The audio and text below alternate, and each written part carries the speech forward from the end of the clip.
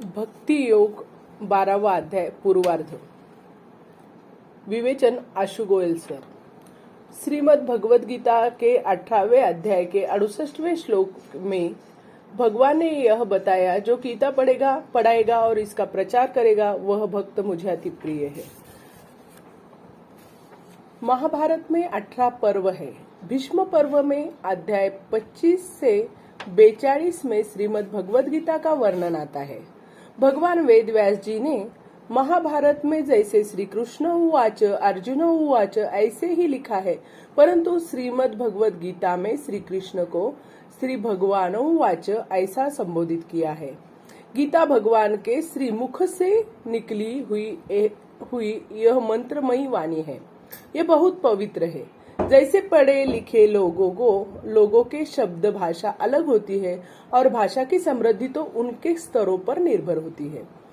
श्री भगवद गीता के पहले अध्याय में अर्जुन मोहग्रस्त हो गया था। तब अर्जुन की आयु 84 वर्ष की थी और भगवान की आयु 89 वर्ष की थी।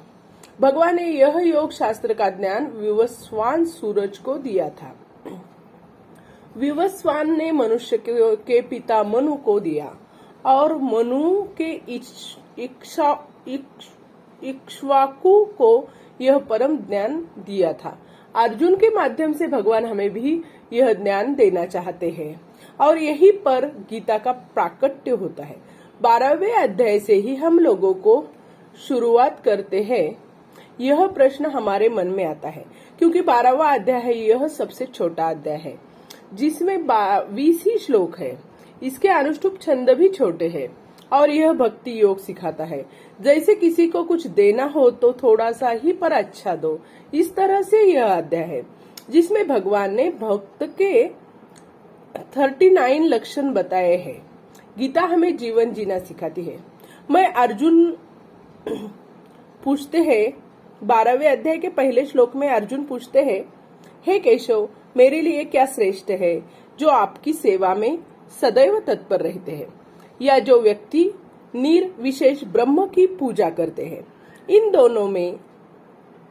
दोनों में से अधिक महत्वपूर्ण किसे माना जाता है, ज्ञान मार्ग या भक्ति मार्ग? मेरे लिए क्या श्रेष्ठ, मुझे बताइए। 12वें अध्याय का दूसरा श्लोक। इस पर भगवान ने कहा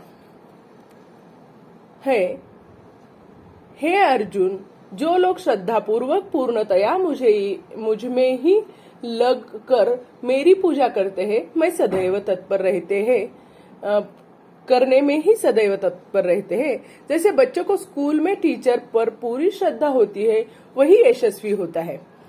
12वें अध्याय के तीसरे और चौथे श्लोक में, लेकिन जो लोग अपनी इंद्रियों को वश में करने तथा सभी के प्रति समभाव रखकर परम सत्य की निराकार कल्पना के अंतर्गत उस व्यक्ति की पूरी तरह से पूजा करते हैं, जो इंद्रियों के अनुभूति पर है, सर्वव्यापी है, अकल्पनीय है, अपरिवर्तनीय है, अचल है, ध्रुव है, वह समस्त लोगों के कल्याण में संलग्न रहकर अंततः मुझे ही प्राप्त होते हैं।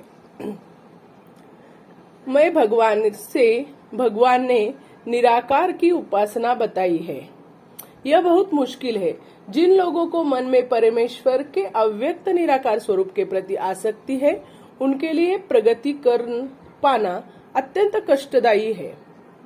देहधारियों के लिए उस क्षेत्र में प्रगति कर पाना सदैव दुष्कर होता है।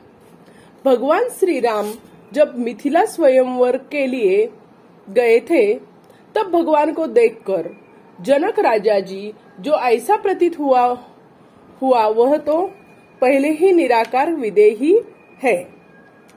यानी देश को शरीर को अपने देश में न समझना। उन्हें देखकर जनक राजा, उन्हें देखकर वह विधि ही तो है ही, और जो देही मानने वाले हैं वह भी विदेही है।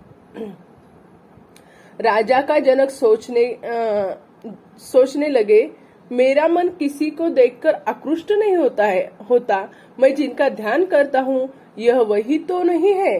तब विश्वामित्र जी ने उन्हें कहा कि मनुष्य देह में यह वही है जिनका आप सदैव ध्यान करते हो।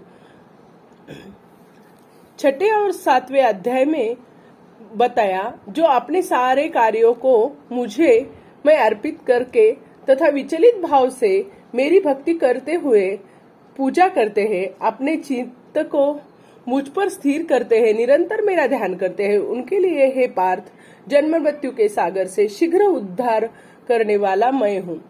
कर प्रणाम तेरे चरणों में, लगता हूँ अब मेरे काज। सब कर्मों को मुझे अर्पण करता है वह अनन्य, जिसका कोई अन्य नहीं है, वह भक्त मुझे अति प्रिय है।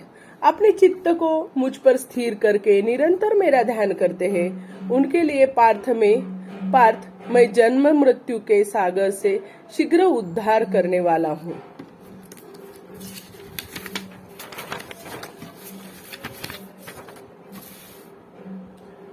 तुम्हारा मन मुझ में लगा दो, बुद्धि भी मुझ में लगा दो, मन और बुद्धि भगवान को समर्पित कर दो। इसका सुंदर उदाहरण भीष्म पितामह का है। जब वह शरीर शैया पर सोए थे, भगवान का चिंतन कर रहे थे, भगवान उनका चिंतन कर रहे थे, तब अर्जुन ने पूछा, हे केशव, आप किसी का चिंतन कर रहे हो? तब भगवान बोले, जो भक्त मुझ में मन और बुद्धि से मेरा ही ध्यान करता है, मैं उनका ध्यान करता हूँ। आपको देखना है तो चलो। तब भगवान ने अर्जुन भीष्म पितामह के पास ले गए। पितामह कहने लगे, हे केशव, आप यहाँ कैसे? तब भगवान ने कहा, आप याद करें और हम न आए। तब भीष्म कहते हैं, मैं विवाह करना चाहता हूँ। यह सुनकर सभी हैरान हो गए। तब भीष्म ने कहा, मेरी बुद्धि का विवाह आपके साथ यदि कर देता हूँ तो मैं निश्चिंत हो जाऊंगा। जब तक यह बुद्धि है तब तक मैं दुविधा में रहता हूँ। आप मेरी बुद्धि का हरण कर लीजिए। हे नाथ, मन और बुद्धि भगवान को अर्पण करने से ही निरंतर भगवान का वास अनुभव कर सकते हैं।